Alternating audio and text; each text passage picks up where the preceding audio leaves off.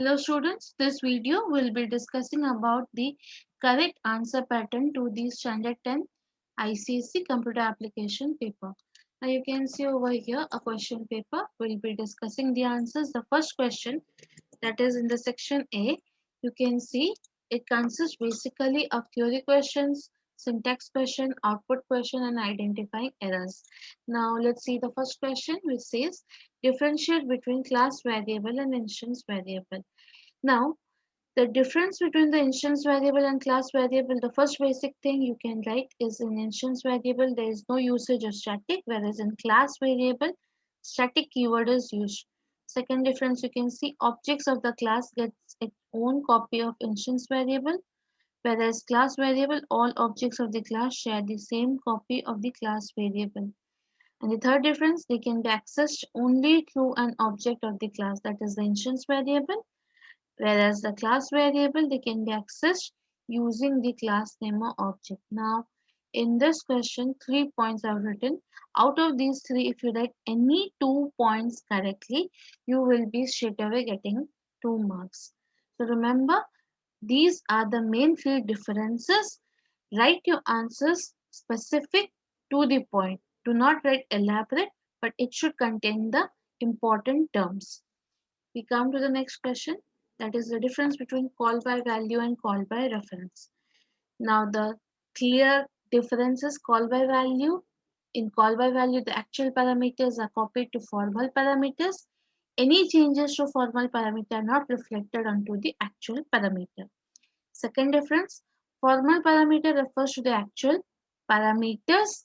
The change to formal parameter are reflected onto the actual parameter.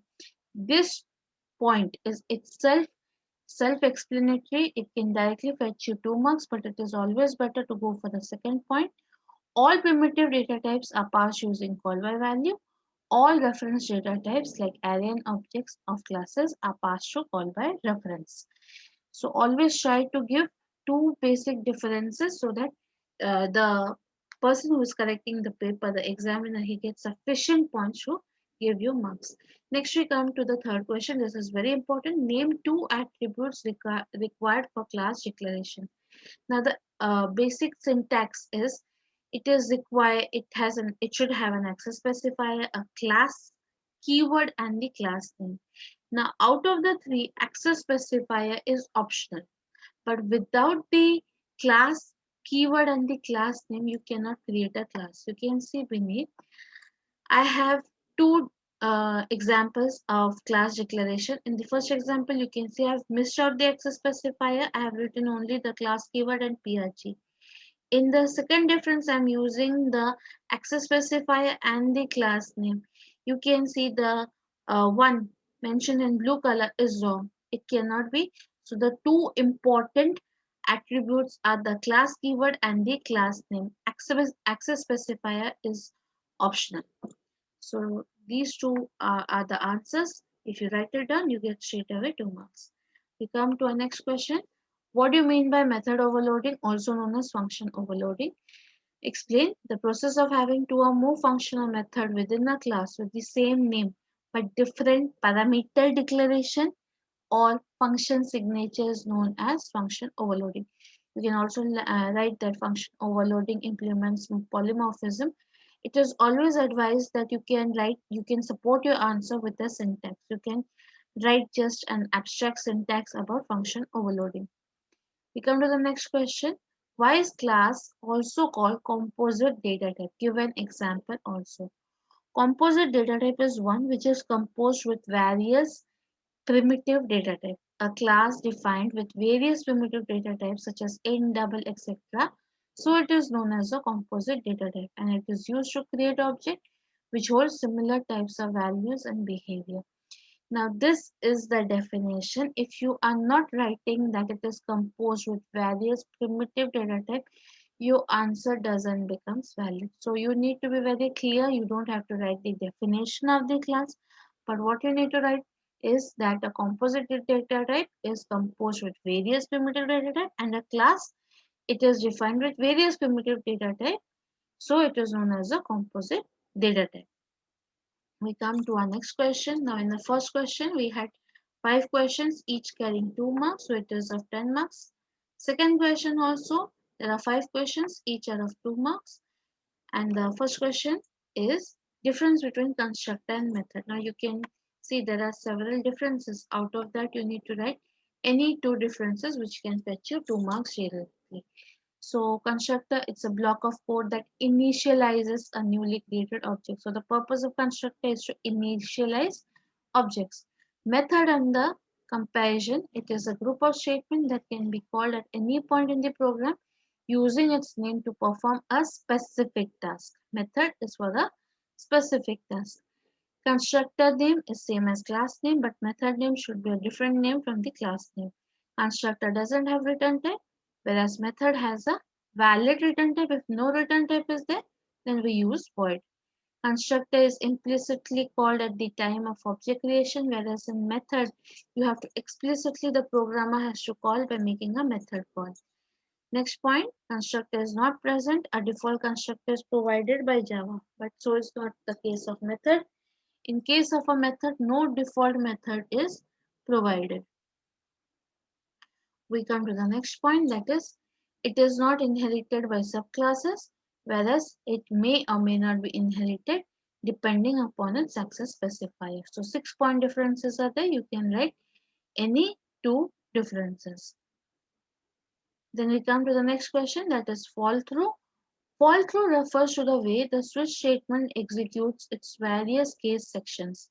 Every statement that follows the selected case section will be executed unless a break statement is encountered. Now, in fall through, the break statement is the absence of break leads to fall through, but you have to be very clear to mention that break in the when we are using break in switch case, if we don't use break, then this fall through program occurs. Many children, they confuse that fall through occurs in the loop. No, in loop we do not have fall through, because in switch case, in the absence of break, the cases are executed consecutively. That is called as a fall through. What is the difference between ordinary compilation and Java compilation? In ordinary compilation, the source code is directly converted into machine or object code using an interpreter or compiler, whereas in Java compilation, the source code is first converted into an intermediate code called the bytecode, which is further interpreted into machine code. So this is the clear difference between ordinary compilation and Java compilation. Next question, difference between float and double data type. There are 3 point difference. Float, it has single precision, whereas double has double precision, or you can say 2 times the precision of float. Float takes 4 bytes for storage, whereas double takes 8 bytes for storage. Float, it has a precision of 6 decimal places, whereas in double we can go up till 15 decimal places. So out of the 3 point difference, you can write any two. What is meant by private visibility of a method? Private access specifier simply means that the variable on which it is used will be accessible only in the enclosing class. So it is very clear that the method will be only accessible within the enclosing class, or the variable is be only accessible within the enclosing class. Then we come to the third question. The third question, it has a variety of questions and together it is of 20 marks. So first question is, name the keywords that transfers the control to the beginning of the loop and skips the rest of the loop body, that is the continue keyword. Now you know the difference between break and continue. So the transfer of control to the beginning of the loop and skips the rest of the loop is the continue keyword. The variable whose single copy is made for all the objects of a class, it is over here. We just correct it to class variable. In the first question only we had come across this answer.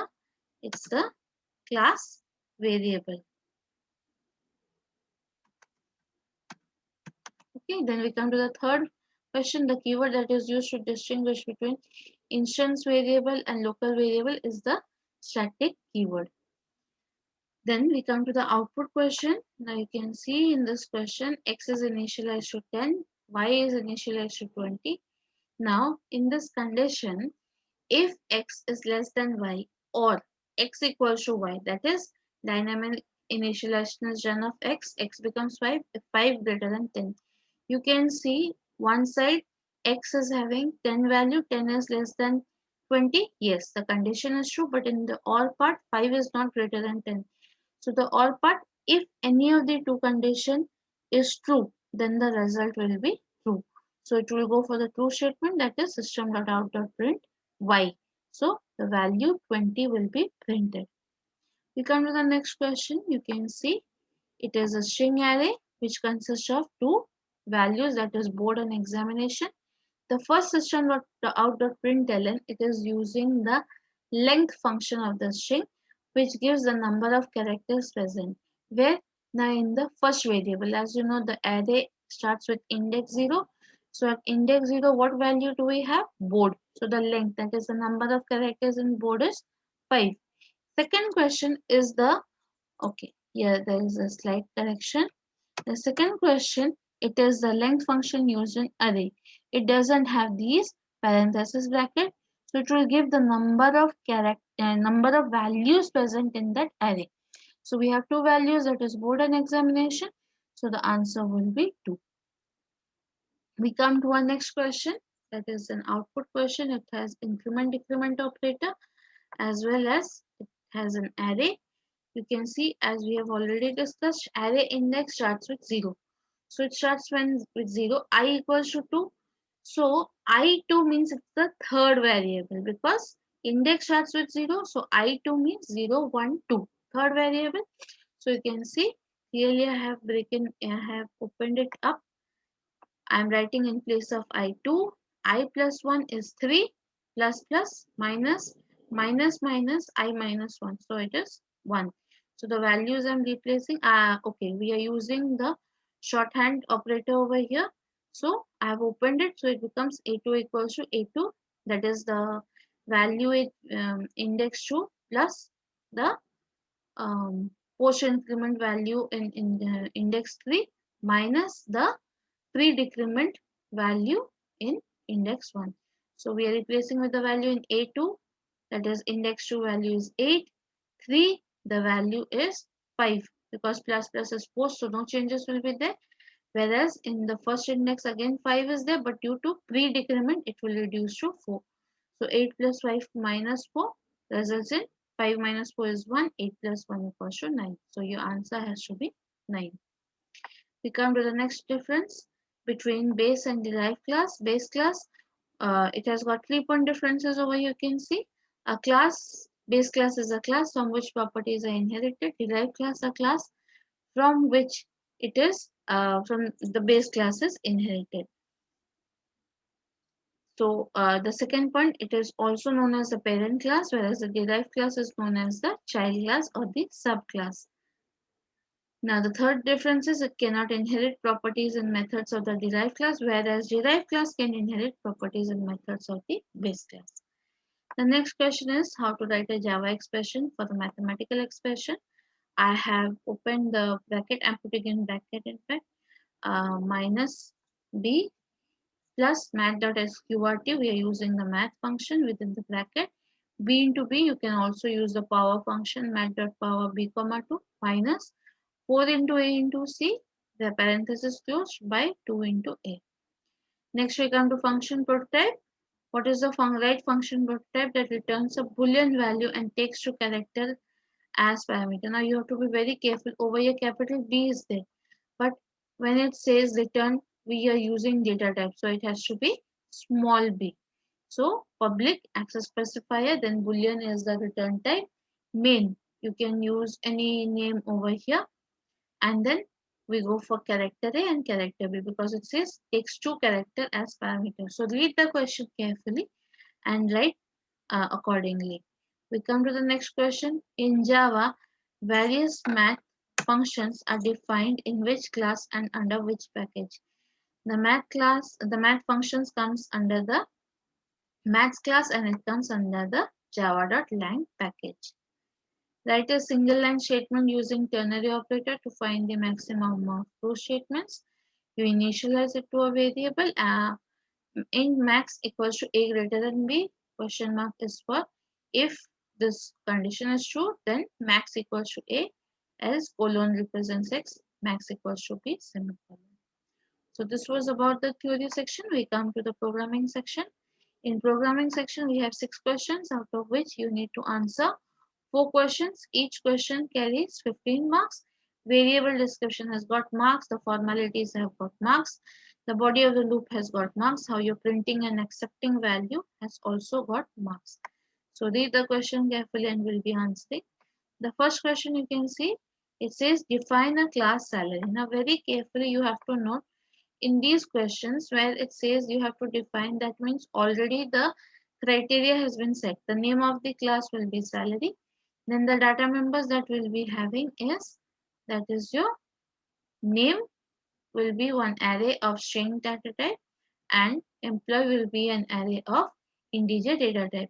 Then we come to 3 functions we'll be using, that is the input function to accept values, bubble functions to do the required calculation, and print to do the required display of values. So we come to the programming part immediately. As the question was suggested, the class name I have kept as salary. You can see what it had mentioned. I have written that. Then we come to declaration. I have declared two arrays. One is string array name. You cannot change the name to n or net salary to ns, because the question very clearly is very specifically saying you have to use name and net sal as the name. So after that, I am declaring it outside. It's an outside all the method within the class, but out of all the methods, so that all the methods can use these arrays. In input, I am writing the statements to accept the name of the employee and salary of the employee within the for loop for 20 employees. Then I come to the bubble, that is bubble method, which is required for calculation. That is over here we'll be sorting the net salary in descending order, and along with the net salary the name will be sorted. That is why, as you know, the logic of bubble sort, so you can see I'm using 2 loops, and here I'm checking if the value is less than the previous value is less than the next value, so there will be a shifting, because the smallest value, if you must be remembering, bubble sort always starts sorting from the end of the array. That is why you can see over here we are going on deducting from the length minus 1 minus I minus 1, because the sorting starts from the end of the array part. That is why if the lower value is there in the previous and the higher value in the next value, so there will be a sorting, the lower will be pushed to the last. Same way, this is my sorting for my salary. Likewise, in the same index, the name will also be sorted. So simultaneously, 2 arrays are being sorted. And then I come to my print method. In print method, I am printing my net salary and name. Already the question specifies this is the format. First, I have to print on top net salary and then name, then the value sorted below it. So in print, I go back to right first net salary. I'm using my escape sequence slash tab, that is for non-graphic characters, so that I'll give a space between net salary and name, and then I print consecutively or the value that has been sorted below. I'm using my main method to call all these functions. The question doesn't specify, but still I'm using it. I'm creating an object of salary, that is S is an object of class salary, and I'm calling all the 3 functions one by one. Next, we come to the 5th question. The 5th question says, now this question you have to be very careful. Read the questions, read all the questions very carefully and answer accordingly. Here it says a computerized bus charges fare from each of its passenger based on the distance traveled as per the tariff given below. So over here the tariff is given, and it says over here, as the passenger enters the bus, the computer prompts enter distance you intend to travel. On entering the distance, it prints its ticket and the control goes back to the next passenger. The control goes back to the next passenger, and at the end, that is, it is an ongoing process. You don't know beforehand how many times it is going to loop. So it's an ongoing process. Wherever the it has to end with a zero distance or whatever you can give your criteria over here. So it will end, and after the journey has ended, that means different passengers they have entered to enter their distance. It will prompt the number of passengers traveled and the total fare received. So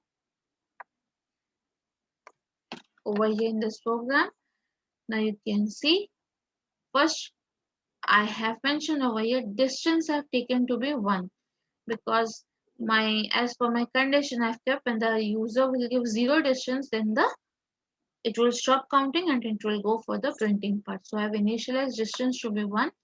Then I'm checking while distance not equal to 0. So it will enter into the loop, enter the distance you intend to travel. User will give whatever value 8, 5, 7. So then it accepts the value, shows in distance, then it goes for the checking. If it is equals to -1, then it will, okay, here we'll just make a change. If it is equal to 0, then it will break, means it will not further continue. Otherwise, it will continue to check distance less than equals to 5, then it is 80. This is the basic charge. After that, for the first 5 kilometer, 80 has been calculated. So next time when it is more than 5, less than 10, less than 15, because it says for the next 10 kilometers, that is why I'm writing more than 5 and less than 15. So it will count 80 plus distance minus 5. The first 5 kilometers are deducted into 10. Else it will go for 80 plus 100. 80 was for the first 5 kilometer. For the next 10 kilometer it is per kilometer 10. So 100. And after the distance minus 15 into 8. So finally the loop will continue till the user enters 0. After that it will print. Okay, over here I'm taking two variables. This TF is to count the number of total fare that has been collected, and TP is to calculate the total number of passengers. So it prints for each passenger the fare and the and it asks enter distance as 0 to complete the journey. So after the loop will end, then the total passenger and the total fare will be printed. Now I'll show you, I'll run this program to make it more clear for you. Now already the same program is there. You can see in the editor window the program. We'll just make a change over here and I'm compiling it. It shows no syntax error. So I go on to run it. Now it's asking me, suppose I enter 8 kilometers. So it shows your fare is 110. Then I am entering 3 kilometer. So my fare is 80, because below 5 kilometer it will be 80. Then I'm entering say about 20. So required calculation is done. Now I'm done with my entry. I'll enter now 0. Now you can see my program has come to an end, and it's showing that 3 passengers total are there and total amount collected is 410. So this is the output. We go back to our question paper discussion. Next question we have is write a program to input a number and check whether it's a pronic number. Pronic number is a number where it is the product of two consecutive integer. For example, 12. 3 into 4 consecutive. 20. 4 into 5 is consecutive. 42. 6 into 7 is consecutive. Now I accept a number from the user. Then I take all the values from 1 till that number, or you can write number -1. And after that, I am checking if I into I plus 1, then equals to none. Together I'm checking if I into I plus 1 is matching to the number, then C++ the counter will increase and it will break. Break means it will come out of the loop, because I found my number. So outside it comes if C is greater than 0. C was initialized to 0. If the number, the pronic number has been found, then C will increase to 1. So the checking is if C is greater than 0, then the number is a pronic number, else it's not a pronic number.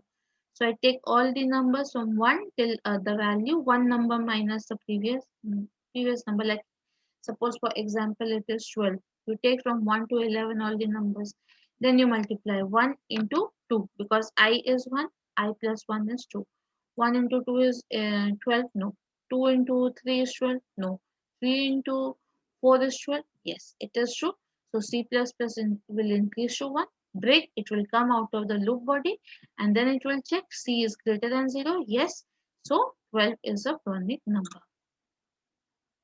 We come to the next question. The next question is a menu-driven question. Menu-driven question means you have to use switch case.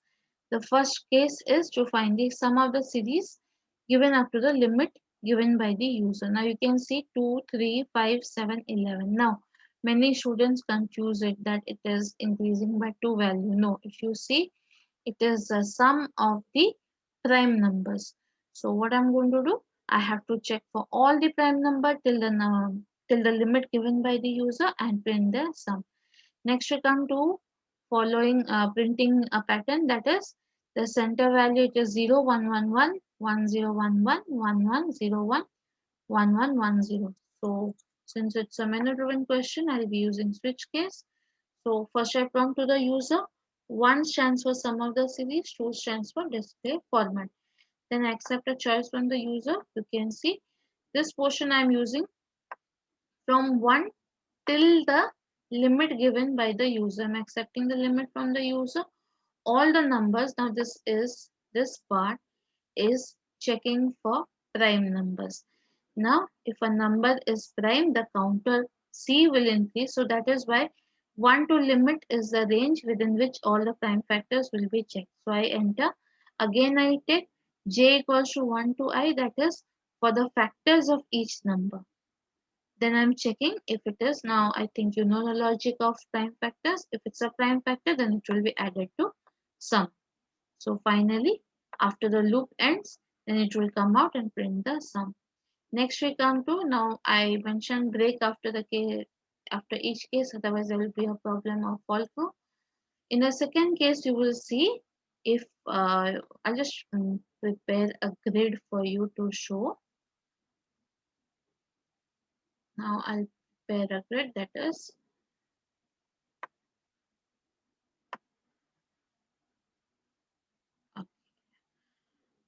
I'll use. Now you can see in this grid, this will make your answer.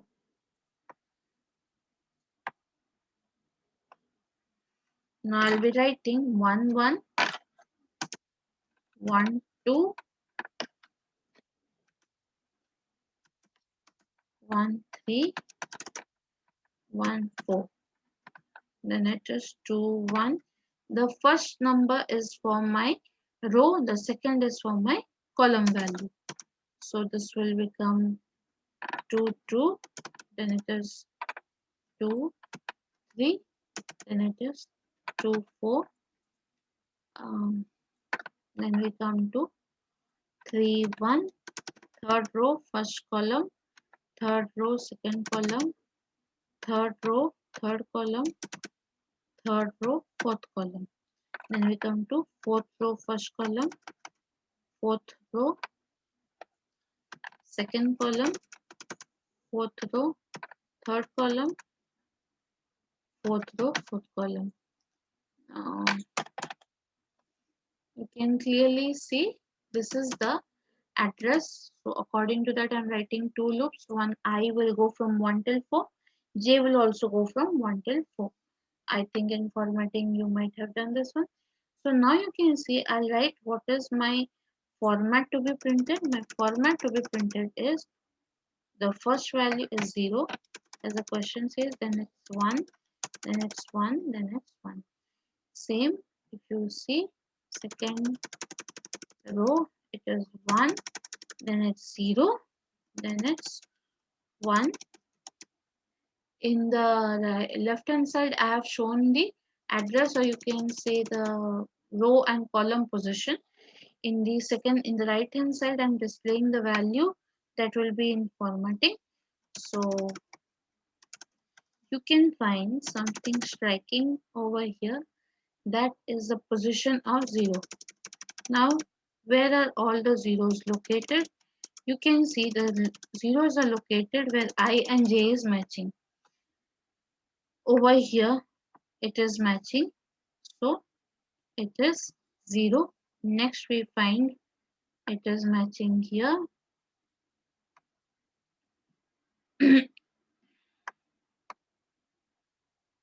It's matching here. So we have over here 0 is also there. Then we come to, I'll just highlight wherever 0 is there.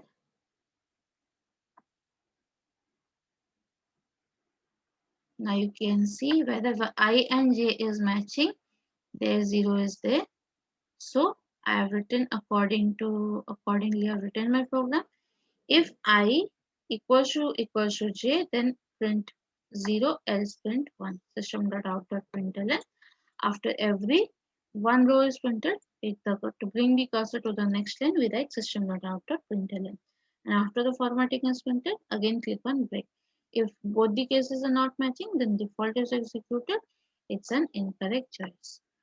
We go for the next question, that is 20 numbers in an array and search a particular number entered by the user by using linear search method. So this is the format. First, you are declaring an array of size 20. Then you are accepting 10 integers from the user. Then we are accepting the number to be searched from the user. Then I'm using a counter S. If the number matches with the number to be searched in the array, then the counter will increase by 1. It comes outside to print the frequency as well as the number found or not. If suppose 1 is present for more than 2 times in the array and the number search is 1, it will print the frequency also. So this is the program. We come to the eighth question. Now the ninth question, the last question you can see. It's a special two-digit number. What's a special two-digit number? The sum of the digit plus product of the digits equals to the number itself. Like 59, sum of digit is 14, 5 plus 9, and the product of digit is 5 into 9, 45. So when you add them, you get 59 again. So accept a two-digit number from the user. Now there are chances you have to validate the data because user may give more than 2 digit or less than 2 digit, that is a single digit also. So after accepting the number from the user, this portion is to check whether it's a two-digit number or not. I'm dividing or extracting one digit and then I'm using my counter to count how many digits are there. If the counter increases to 2, first thing I'm writing the negative. If it is not equal to 2, then invalid input. System.exit will end the program there itself. And else, what is going to happen? If this part is not true, I'm extracting, there are only 2 digits, so digit 1 extracted, modulus 10, that will give you the value in the 1th place, and divided by 10 will give you the value in the 10th place. This will give you the value in the 10th place. Since it's a 2-digit number, so you need not use while. If you want, you can still use while also and extract one digit, and you can find the, and you can also find the product and the sum of the digits. So over here I've extracted value in the 1th position and value in the 10th position. Then I'm adding the sum over here and I'm multiplying the product over here. Then I'm putting, if digit plus sum and digit plus product equals to the original number, then it's a special 2-digit number, else it's not a special 2-digit number. Now this is the end of our question paper. Now be careful in reading the question. How much is required? Write that much in the theory portion. In the programming portion, read carefully the question and what is required, act according to that. So thank you. I hope you have understood